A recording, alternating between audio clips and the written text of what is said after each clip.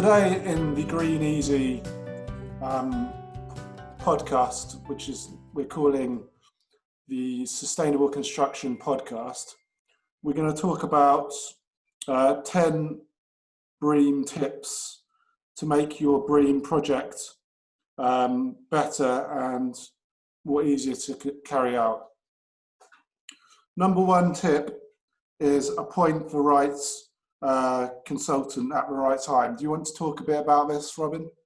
Yeah, definitely. I just like to say earlier, this is Robin Thom, who's a fellow consultant at Green Easy and also a consultant at a consultancy called Green Heat, who specialises in energy efficiency. He's got I'm Robin. I do a lot of energy efficiency is my normal main game, but I've been doing sustainability in construction now for about 15 years. Starting off with eco homes through co-sustainable homes, picking up BREEAM along the way, and really just keep maintaining those sort of things. Originally, I was a marine biologist, and that stoked up my love for the environment. And after moving into the family-run business, which is energy efficiency audits, I just maintained that aspect by bringing in anything to do the environment I could into construction. Eco homes was the thing at the time. Then it became the co-sustainable homes, and my clients just asked us to do more and more BREEAM stuff. So that's basically what we do. I'm quite pragmatic. I quite like to look at the words between the words, the detail between the lines of what the regulations and the documents allow us to get away with, really, and really just help steer clients through an easy path to compliance. With Thom and I have been friends, and we've worked together on a couple of different projects since. Thom, when was our training that we went on together? I was back in the summer of 2015. 2015, because my wife is also a consultant. She was pregnant at the time with 2015, was it? Yeah. Yeah, she was 2015. Oh yeah, it was Imi. Must have been Imi that was being cultivated at the time.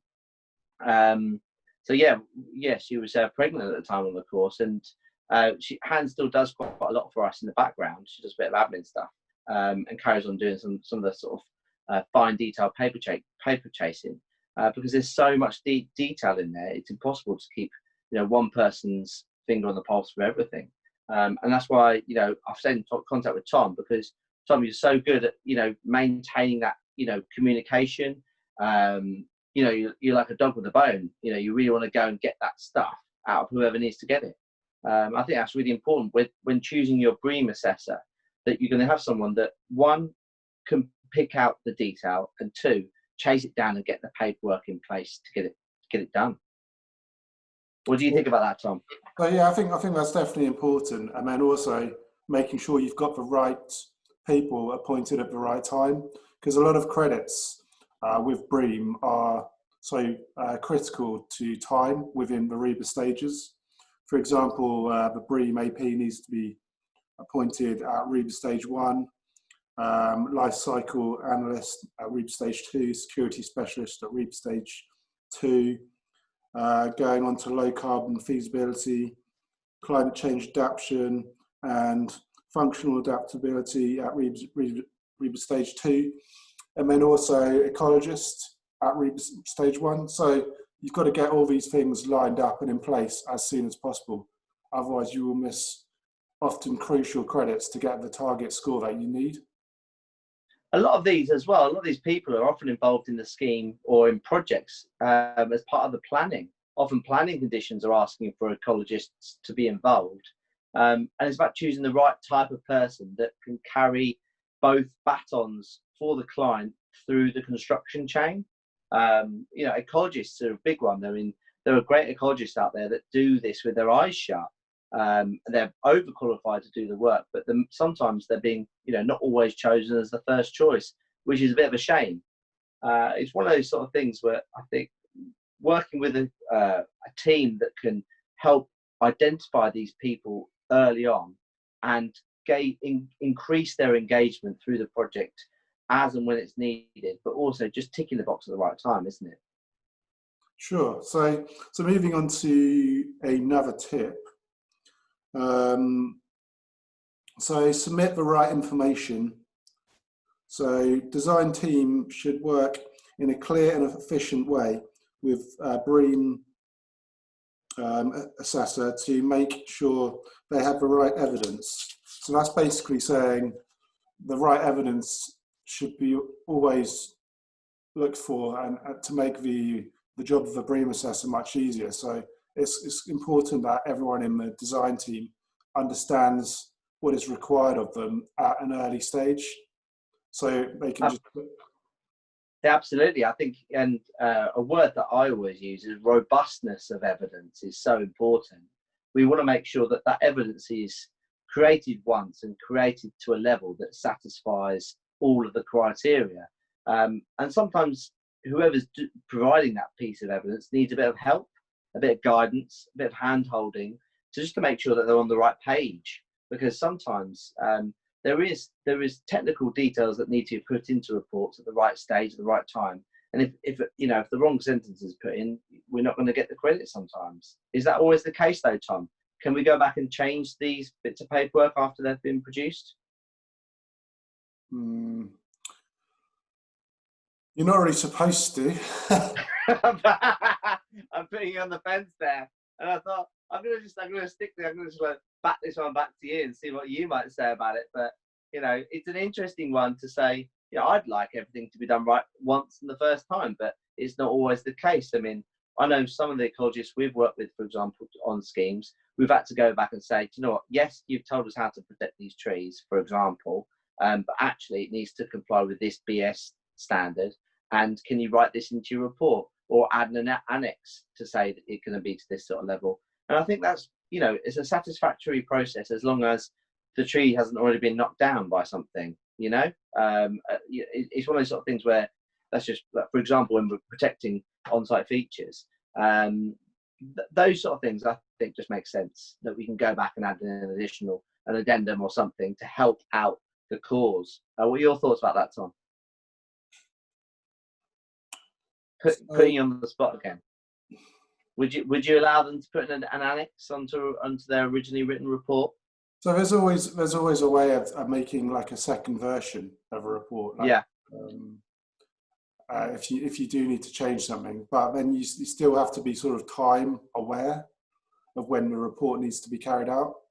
So it's got to be at the right reader stage, otherwise you miss out on the credit. So it again goes to what we were saying earlier on. You've just got to sort of make sure that things are done at the right time. Definitely. Timing and quality. That's probably two things, isn't it? And that's the case with all. Robustness. Robustness. Yeah, absolutely. Timing, quality, robustness. Absolutely. Right, so moving on to point 3. You've always got to submit evidence in the right format.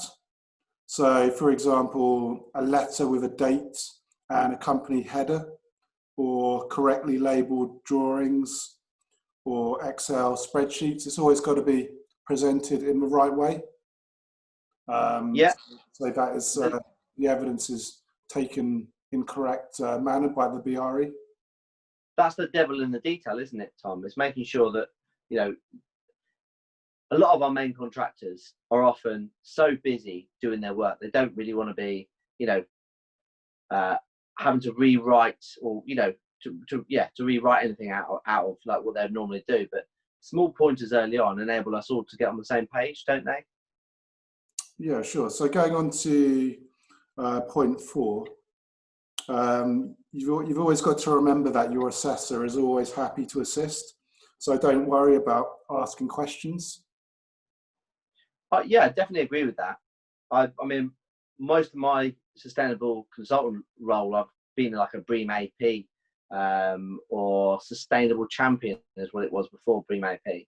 And I found that role for me was a bit better than the BREEAM assessor because I'd stick between the two, work out what the main contractor was willing to do, work out what the BREEAM assessor was willing to accept, and help handhold from one to the other, and to make sure they meet somewhere that's, they both get in the same box at the same time and score.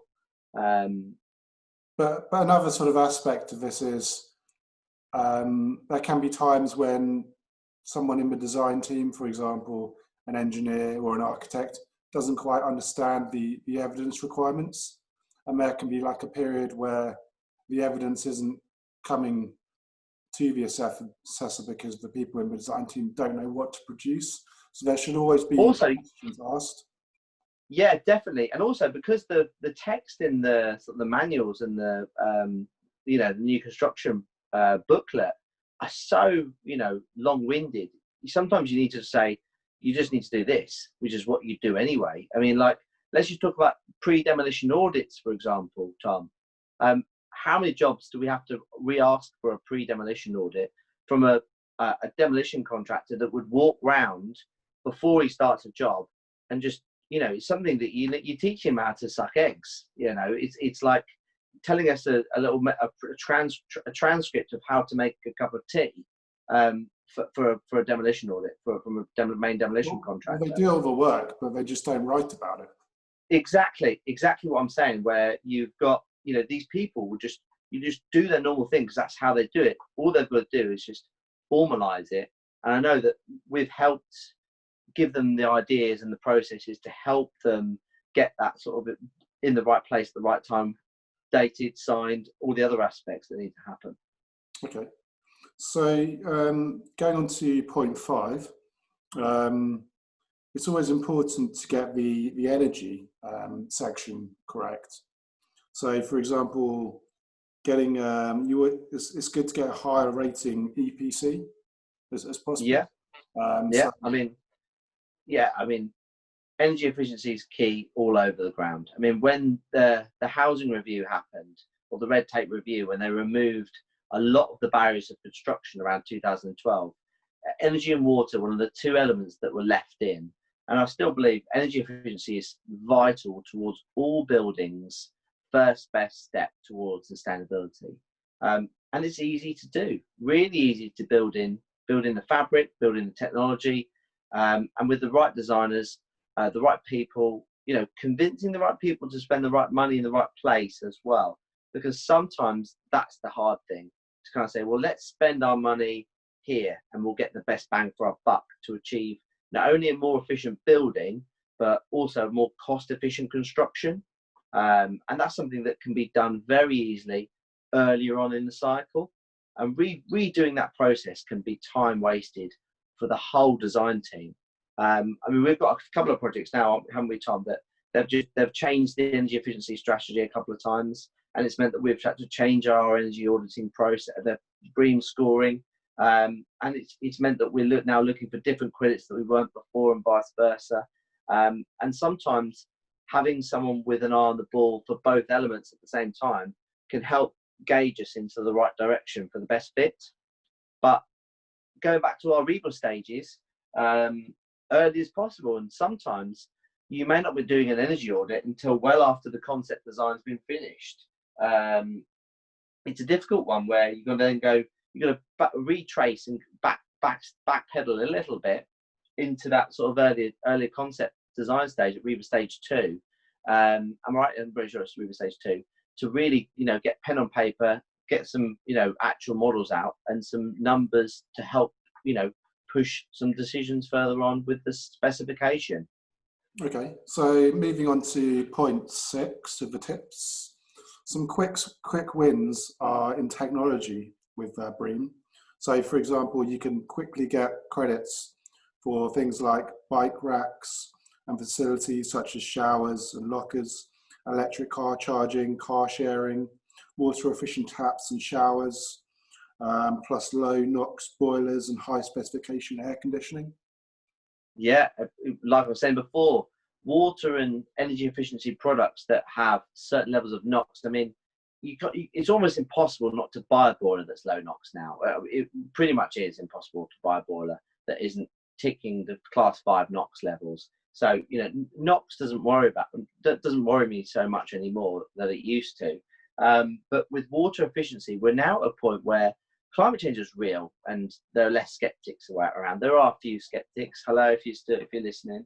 And it's one of those cases where you got to just show that actually if you save the water and you're paying water rates, why wouldn't you spend a little bit more on a product that works, you get reasonable flow rate out of, but is lower than your standard off the shelf sort of water use product? That gets us the credits that we want when we're designing, getting the design stage of assessment or the pre-assessment done.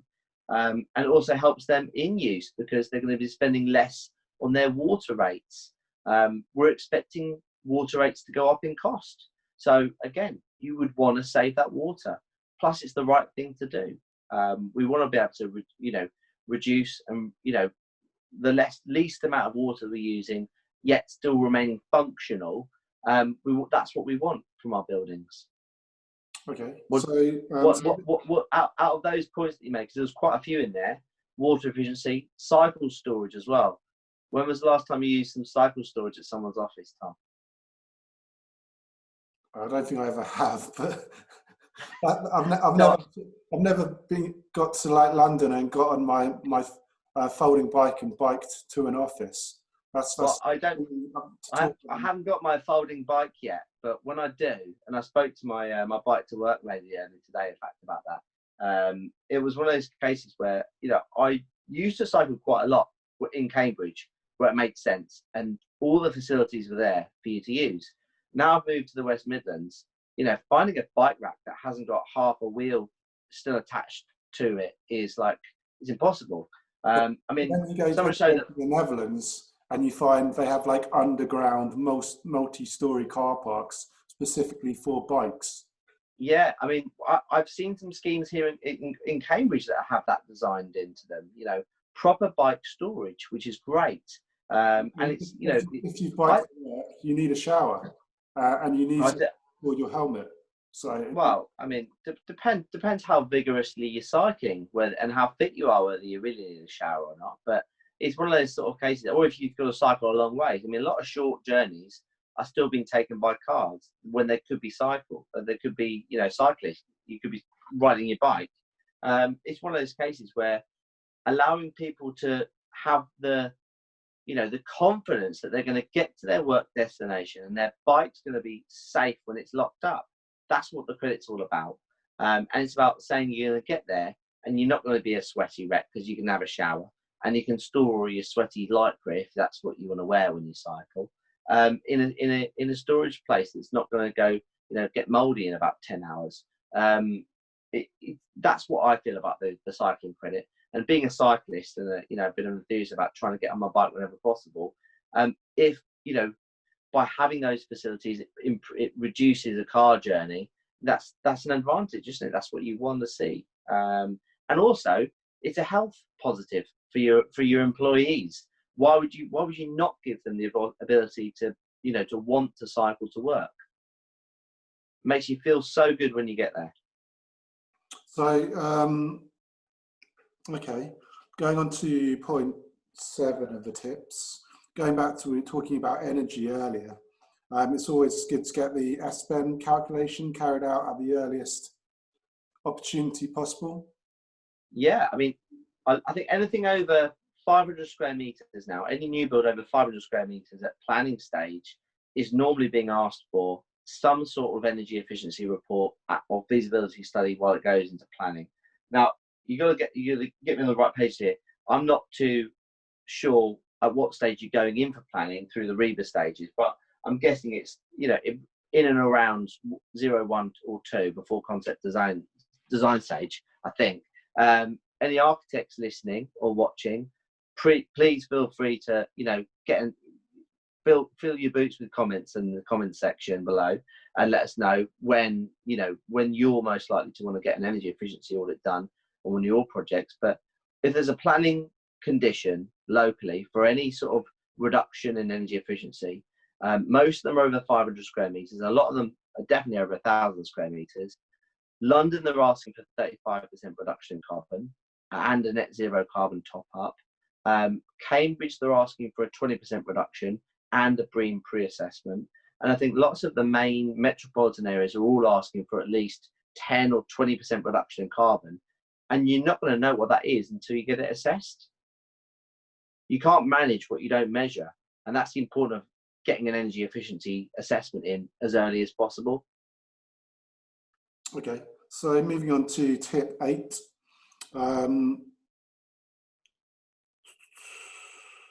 So if you can, it's really, really wise to inform the BREEAM assessor of any design changes as soon as they happen, to maintain the credits that have been awarded. Just because things like the drawings are actually going to really affect certain credits. Like, for example, if the bin storage area is changed, so it might no longer be compliant, like this needs to be told to the assessor as soon as possible to make sure that the final design is compliant to what is required.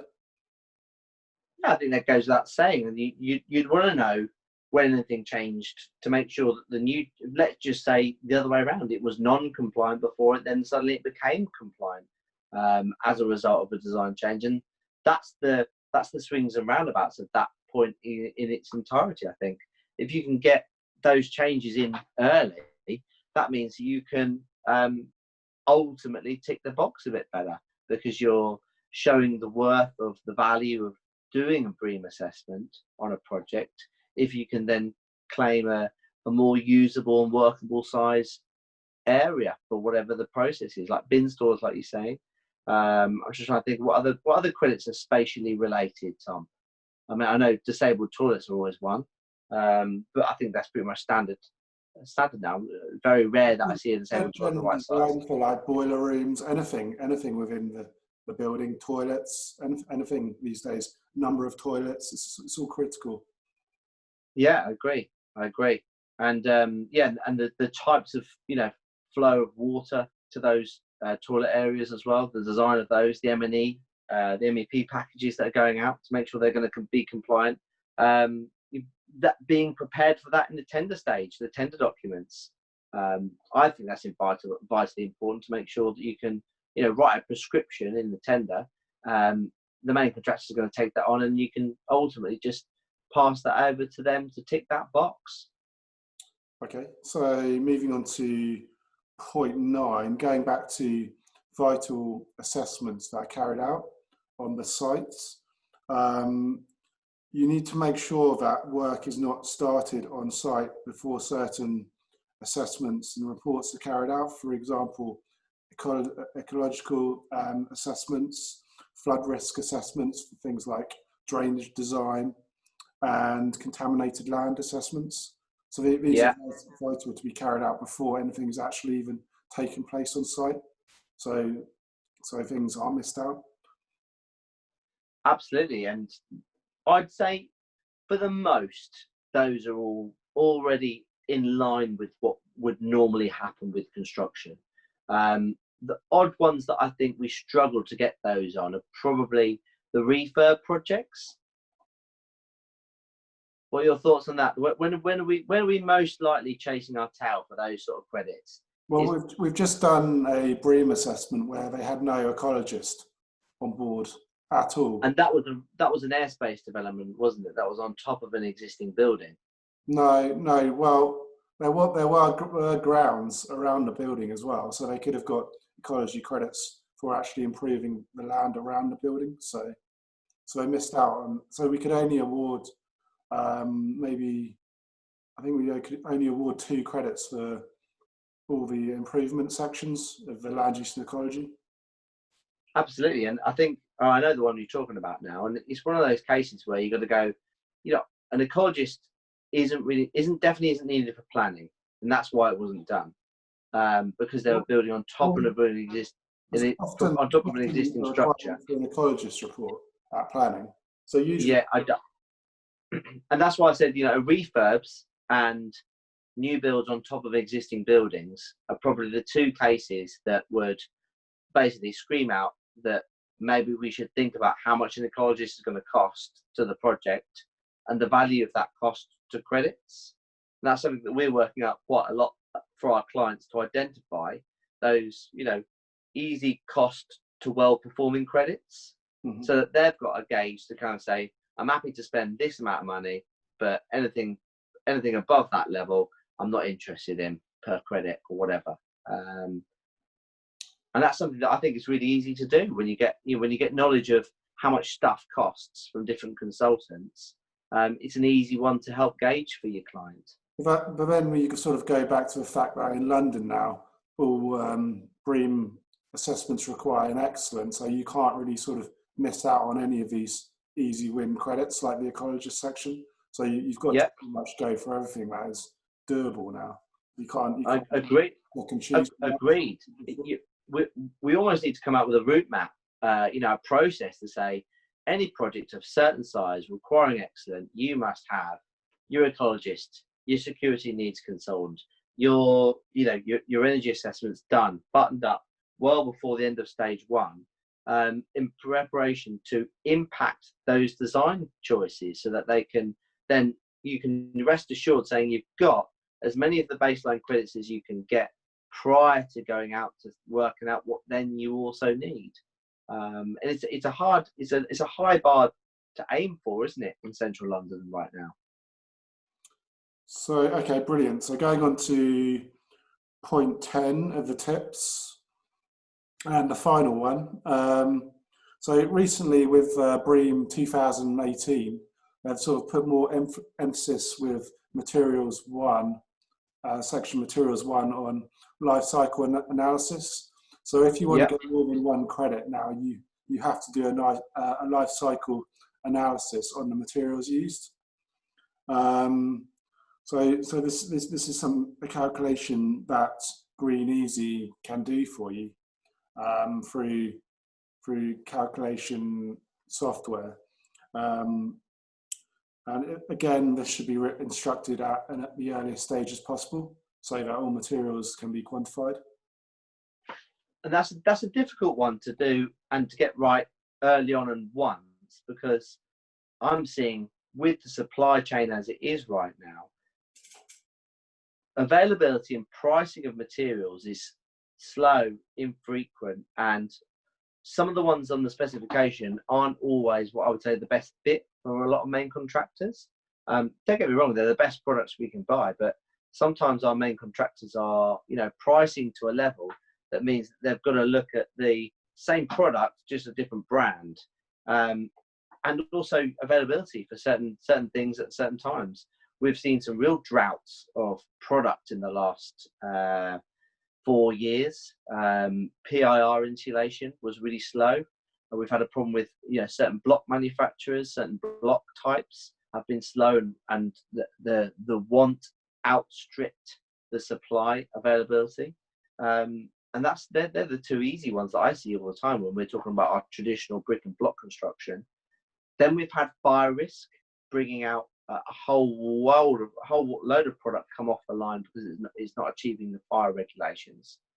So we've had to look at alternatives, and the alternatives sometimes work out better for us, which is great when we're measuring the environmental impact of these materials.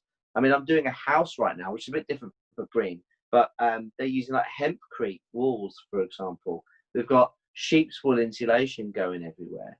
And the life cycle analysis of this building is absolutely fantastic. And even better, it's off grid.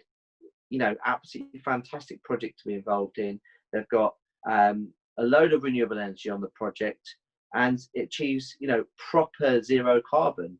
And I'd love to see how that pings out at the end of the project, to kind of like say, I mean, we do a lot of net zero carbon projects, but this is going to be close to real full zero. And because the materials are so sustainable.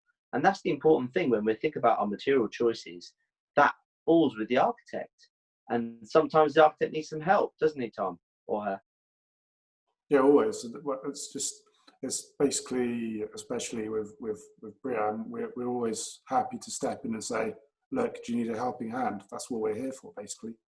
The assessor is basically the sustainability expert in the team. Yeah, I mean, the amount of times I have just, I say random conversations with architects about what materials are good right now, what materials are, flowing, i.e. there's no limit and or, slow supply in the marketplace, so that we can all get on the same page. Plus, while working with our main contractors and the architects, making sure we can get them all on the same page to help with that whole cost of construction issue, so that we are sustainable and on budget. Because that's, for me, the perfect world, to make sure we're getting this building that isn't costing over budget and is sustainable at the same time. What do you think about, Thom? What do you think about that? What's your ideal world? Well, the ideal world would be building sort of sustainable buildings, net zero buildings everywhere, and it would be a low carbon society where we're not polluting. But we're still somewhat off that due to the cost of building sort of construction like this. But sort of slowly the world is coming around to the fact that we can't be polluting anymore. So things will be changing, and cost will be coming down as these materials are used more and more. The amount of production will increase, so costs will come down. Exactly that. I think the more people that get, grab the bull by the horns and get on it, and really just help promote all the new, or a lot of these are existing methods of construction, I should say, and the same materials we've used for hundreds of years in certain circumstances, but just making sure the devil's in the detail. And I think a lot of our architects are doing that already, and I think we just need to make sure that we're getting our architects, our client, our main contractor all on the same page, so that we can get there at the same speed and with the same vision for what needs to happen. Brilliant. Okay, well, thank you very much, Robin, for your thoughts on this one. And right. If anyone has any questions, please feel free to put them in the comments, and or email them to us. You'll in the next end credit screen, you'll see our contact details. Thank you. Also, Thom, what are the podcasts have we got coming up, and do we need any future guests for them? Sure, we're always looking for people to interview to do sustainable construction. We've just recently done our first podcast on sustainable hotels. We've got another one coming on the history of BREEAM and how BREEAM is evolving over the future. And then we've got another one from Robin here coming up on the energy efficiency of houses and how you can adapt an existing regular house to be more energy efficient. And I'm looking forward to that one. I can maybe even show you around my own house and show you how it's a normal house, and we're taking it from I think it was a D or an E up to a B, which was honestly really easy to do while you're thinking about it.